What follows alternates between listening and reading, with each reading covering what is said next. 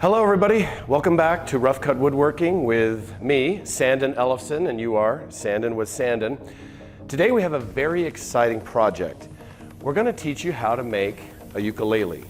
Now, this first introductory video will cover some of the different styles of ukuleles that we have and also some of the different woods that you can use. So be careful, you can't just use any wood on a uke. It sounds different, but more importantly, the structure has to be able to hold up to the tension from the strings and for constant playing, for use. So let's go through a few of those to help narrow down what you want your ukulele to look like. Now understand, the proper way to say ukulele is ukulele, but I'm going to be saying ukulele, so forgive me as we go on.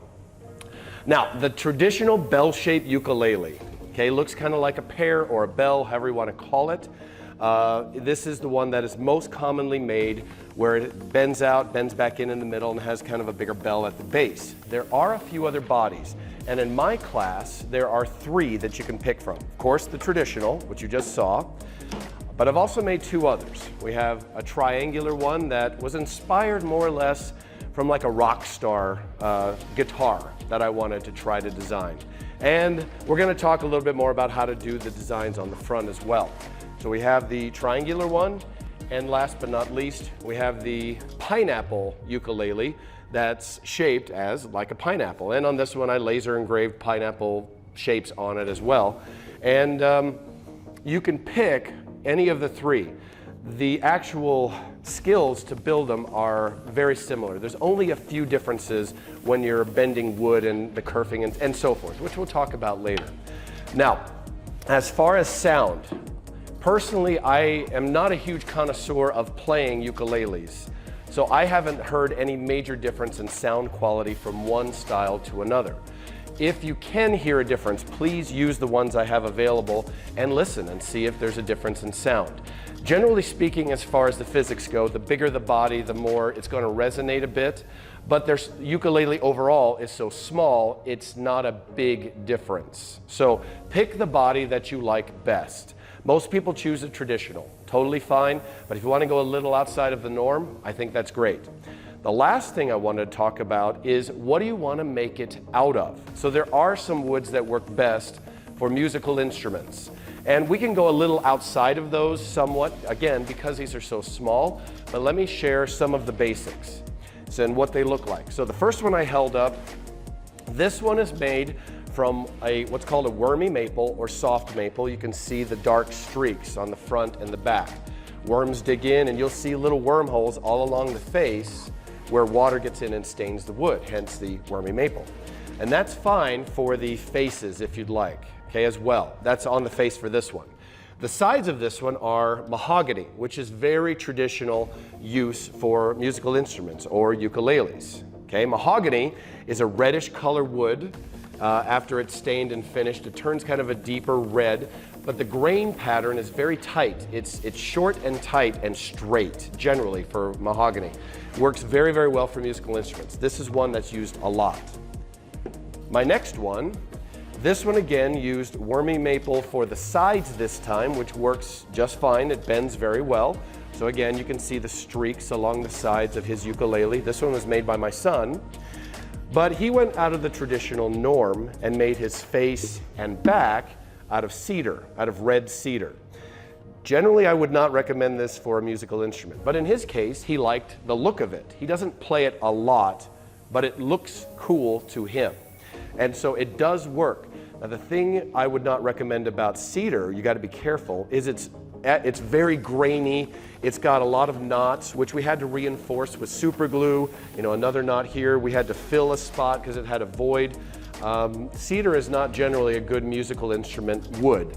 But again, in his case, he found a very clear piece and he wanted the red. You know, it looks very red in this color. Next one, this is my first one I ever made.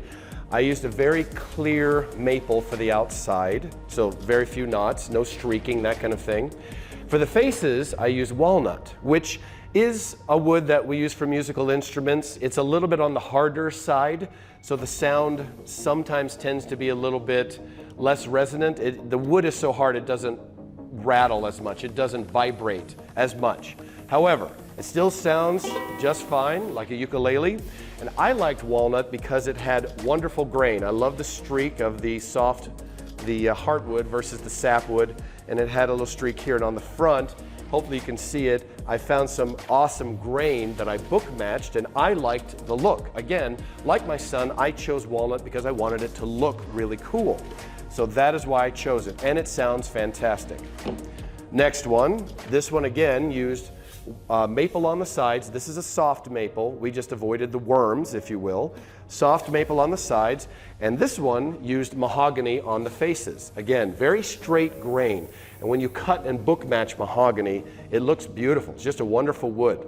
So, like I said, mahogany is a traditional, yes, use it on musical instruments, but it's just look for the look. What do you want it to look like? Okay? This one, we kind of reversed it from the first one I made for myself. We used walnut on the sides, very dark wood, very hard, and I used a hard maple, which is very clear. It doesn't have a lot of knots in it for the faces, because I knew I'd be etching in some of these designs. So I wanted something a little bit harder for the faces. So they work great. We also use it for the neck because it's strong enough to resist the pull of the strings as you tighten them. And then the last one, we used mahogany on the side, but the faces are spruce, which is almost always what you'll find a big guitar made of. Spruce is a very soft wood. It's a brother to pine, and pine is incredibly soft. And they use it because of the softness, because it will resonate better with the sound of the music, of the chords here, of the strings. So by all means, you can use spruce, but you cannot use spruce for the sides. It's too soft. It's way too soft.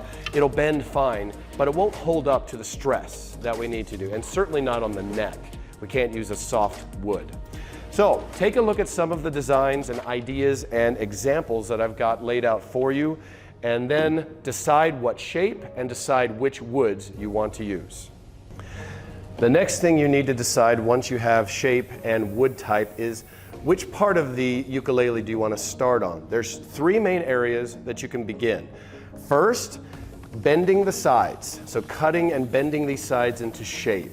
And there's a lot of work for that. We need to plane them down and steam them and then put them in a mold.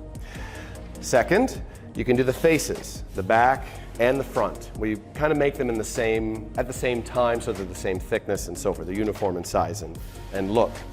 But they have a lot of bracing that needs to go on them and so forth as well. And the third thing is the neck. So cutting out the neck.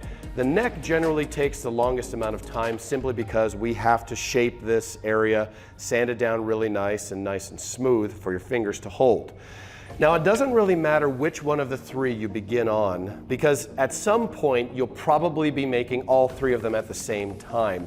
So I'm looking at it as a teacher with a class, with everybody needing the exact same machine at once. So I would simply say, if the machine you need for whatever part you're using is filled up with a lot of people waiting, then stop what you're doing and start on another part, or continue on another section of your ukulele that you can do.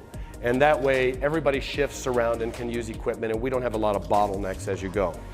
So once you have what you want, you know what you want, decide which part you're going to start on. So all of my videos from here on out will be in sections. I'll have a full section on the neck, another one on the faces, front and back, and another section on how to bend the wood. And you'll watch them in odd orders. You'll watch them in order, but in odd as far as face, then neck, then sides, then back to neck, and back to face, and so forth.